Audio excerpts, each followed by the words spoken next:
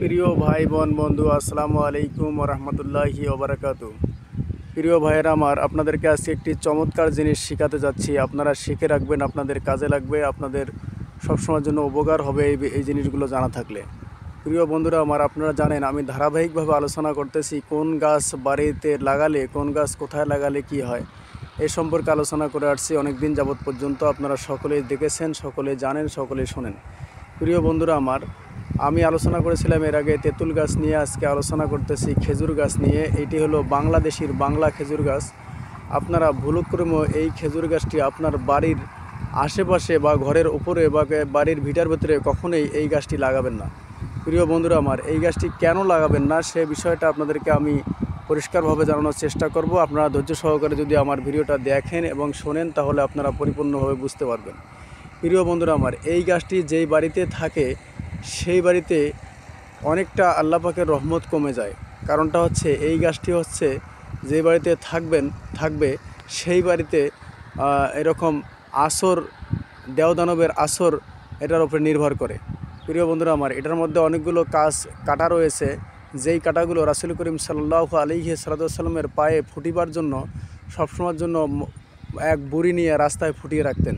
এই জন্যেই এই গাছটিকে হিংসুক গাছ হিসাবে ব্যবহৃত করা হয়েছে। প্রিয় ভাইয়েরা আমার, শুধু তাই নয়, এই গাছটি এমন একটি গাছ যে গাছটি থাকার কারণে আপনার বাড়িতে আপনার ছেলের অথবা মেয়ের বিয়ে দেওয়ার সময় আপনার অনেক ঝড়ঝাপটা সামলাতে হবে। যে আপনার মেয়ের বিয়ের পাত্রপাত্রী এসে গেছে, তারপরেও অনেক সময় বিয়ে হতে চাবে না।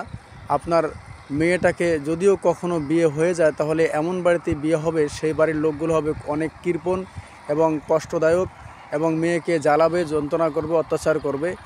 যার কারণে আপনি এই গাছটাকে আপনার বাড়ির ভিটায় কখনোই লাগাবেন না।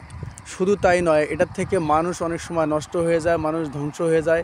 এটার রসের ভেতরে এক ধরনের প্রোটিন রয়েছে, যে প্রোটিনটা মানুষের জন্য অত্যন্ত ক্ষতিকর দিক, যার কারণে এই গাছটি লাগানো যাবে না। এবং এই গাছটি যেই বাড়িতে লাগানো থাকে বা যদি কেউ লাগায় তাহলে সেই বাড়ির উপরে সবসময়ের জন্য মানুষের জুলুম, অত্যাচার, নিপীড়ন, নির্যাতন, ঘৃণা মানুষের উপরে এরকমভাবে আস্তে আস্তে সৃষ্টি হয়ে যায়, তৈরি হয়ে যায়। প্রিয় ভাইরা আমার, যার কারণে আপনারা কখনোই ভুল করে এই গাছটি অন্তপক্ষে আপনার বাড়ির ভিটায় লাগাবেন না। বাড়ির ভিটা যদি লাগান তাহলে আপনার এই ক্ষতিগুলো আসবে। শুধু তাই নয়, আপনার ছেলে সন্তান যদি কখনো এরকমভাবে বড় হওয়া শুরু হয়ে যায়, দেখবেন ওই ছেলেটার রোগ সারবে না। কারণ এই গাছটি এমনিতেই ছাতা পড়া গাছ, অর্থাৎ এটার এই ফলটির মধ্যে কোনো ধরনেরভাবে গোস্ত নাই, রস নাই, মাংস নাই, কিছু নেই। এই ফলটি শুধুমাত্র একটা খটখটে ফল, একটা হাড্ডির মতো একটা ফল। এই ফল দিয়ে কোনো কাজে হয় না, কোনো উপকারও হয় না। সুপারির উপকারও হয় না, তালের উপকারও হয় না।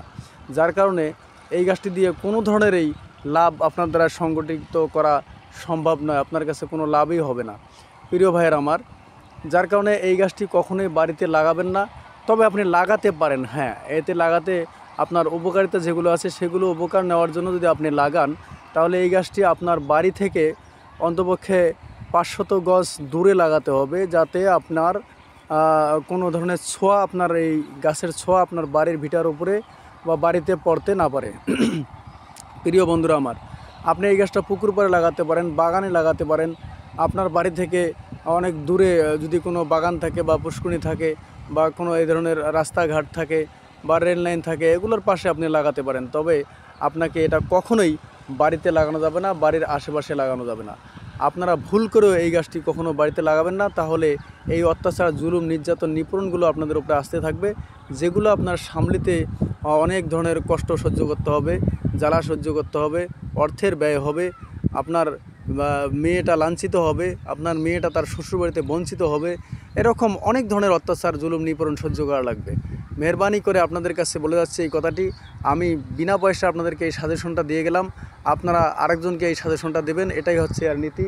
আপনারা সবসময়ের জন্য এই গাছের উপকারিতা এবং ক্ষতিকারক দিক মানুষকে বলবেন, কোথায় লাগালে উপকার হবে আর কোথায় লাগালে ক্ষতি হবে, এই জিনিসটা যেন অবশ্যই মানুষ বুঝতে পারে, জানতে পারে। আসসালামু আলাইকুম।